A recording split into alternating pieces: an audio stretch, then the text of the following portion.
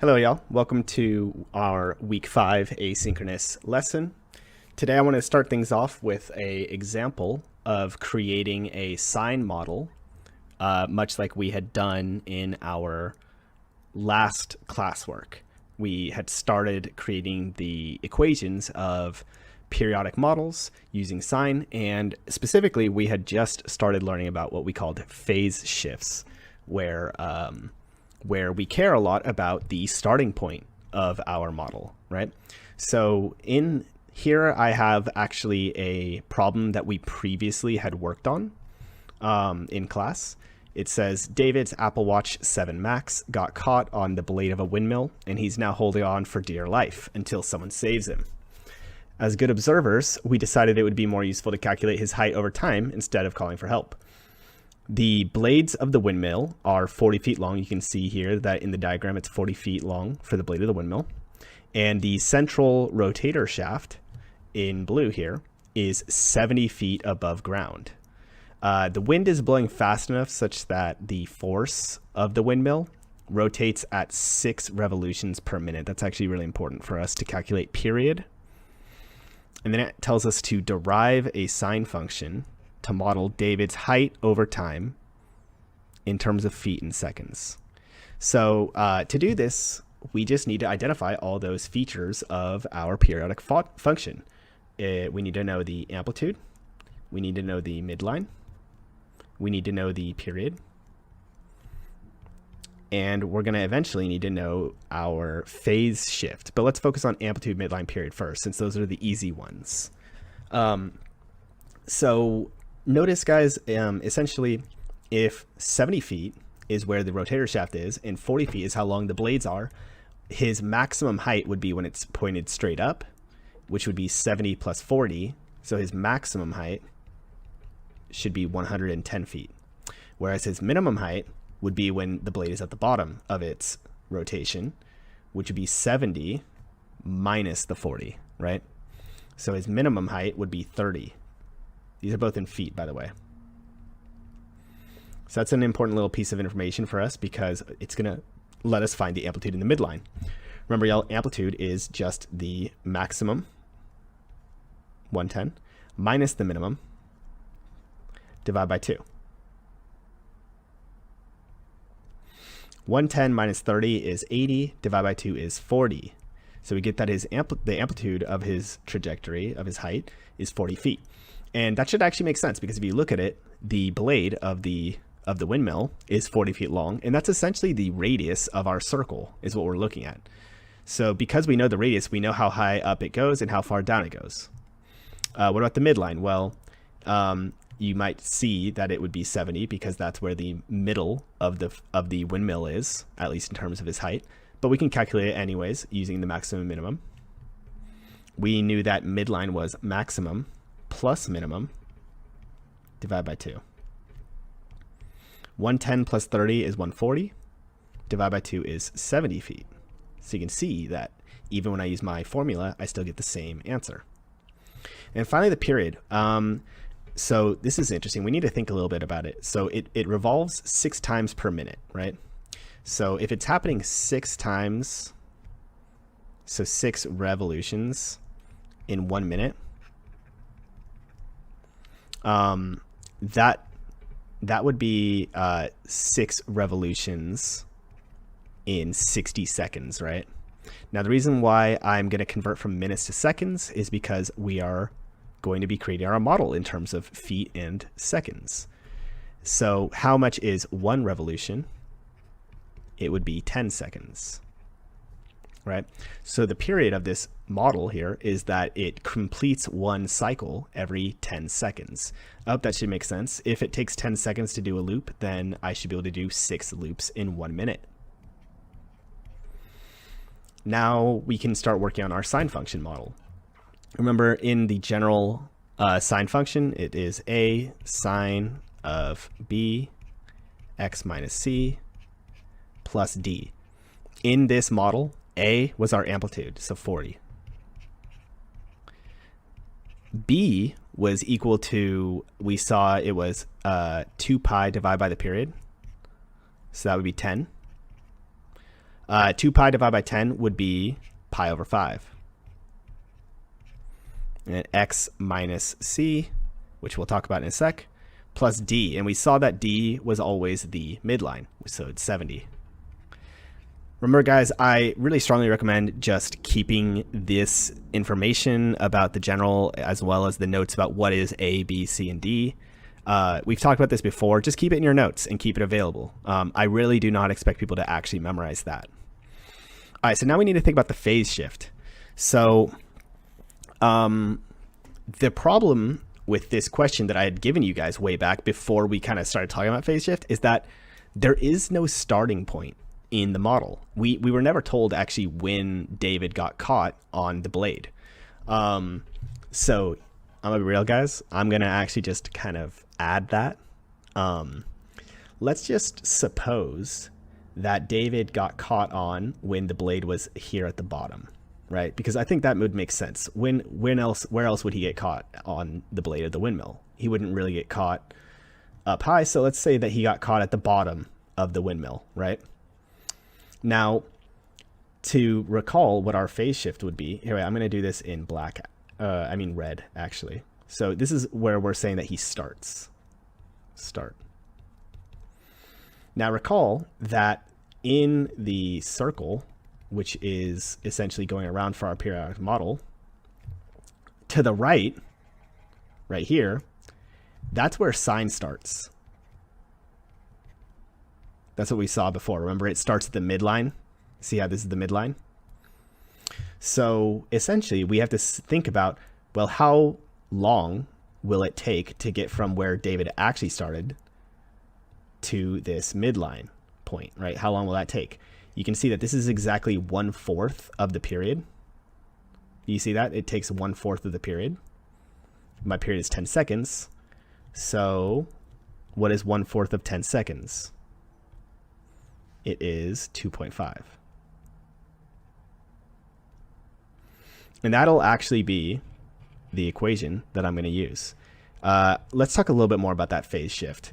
So essentially, guys, why do I do this phase shift? It's because if I did not have it, right, let's say I did not have this and I just had x, then the graph of this function here would start at its midline, right? It would start at its midline, like the normal sine function does. But what we're observing is that this guy here is starting at its minimum, right? And so really what's happening is back here is where that starting point is. So we're using the phase shift of minus 2.5 in order to essentially move this guy, our starting point, back to where the minimum is.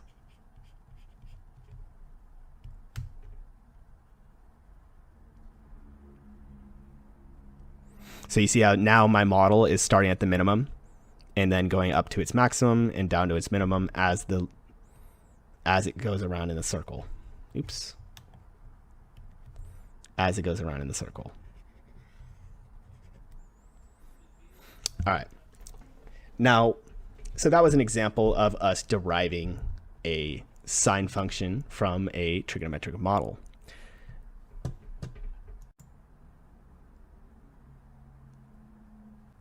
Check this shit out. What is that, Mr. Hobaugh, you might be asking?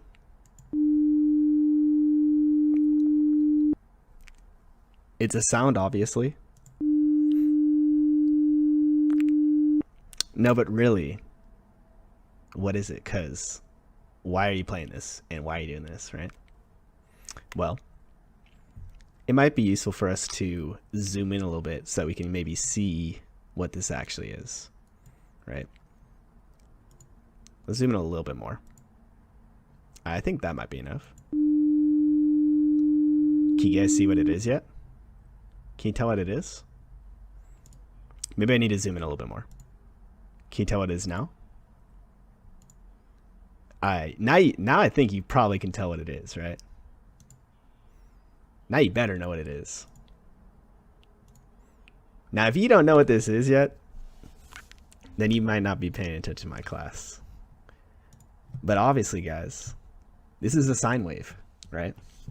Now, at the beginning of our unit, I had explained a lot about the various applications in physics of trigonometric functions and trigonometry in general. And one of the things I referenced was the idea that sound and sound waves can be modeled by trigonometric models. And what I have here for you is a pure note. It's called a pure note because it does not have any upper harmonics. And this pure note has been generated using a sine function on a computer. And you can hear it one more time. Now, it's not a beautiful sound note, but it is my sound note and I created it. And there are many more where that one came from. Now, see, what this sine function has to do with you guys is that we will work on a project, and this project will be our week 5 mastery assessment. Each of you will be given a couple of things. You will all be given a audio file, which will play a very beautiful white noise. And this audio file will actually come accompanied with a screenshot of the two sine functions which created it.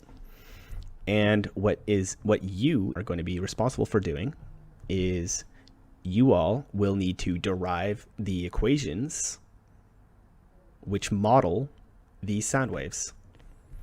And it does not stop there. In addition to deriving the equations of the sine functions which model these sound waves, I will ask you guys to identify the equations of what are known as counter sound waves or inverse sound waves, which would cancel out the ones that I'm sending you. Now, I'm aware that you guys are not very familiar with the physics or even the science of sound, and that is why I am going to be linking you all with a couple of study materials which can help you learn more about the physics of sound and the trigonometry involved.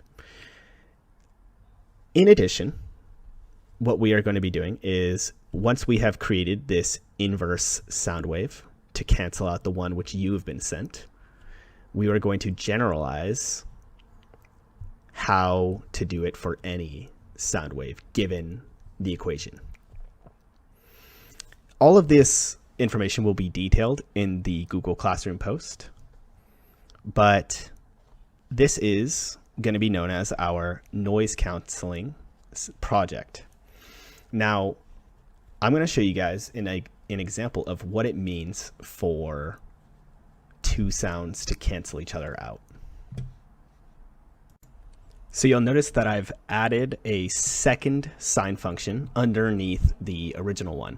And what I've done is I've actually created a sine function which has the exact same, we call it in sound frequency, but you guys are familiar with it as period. It has the exact same period and the same amplitude as this one.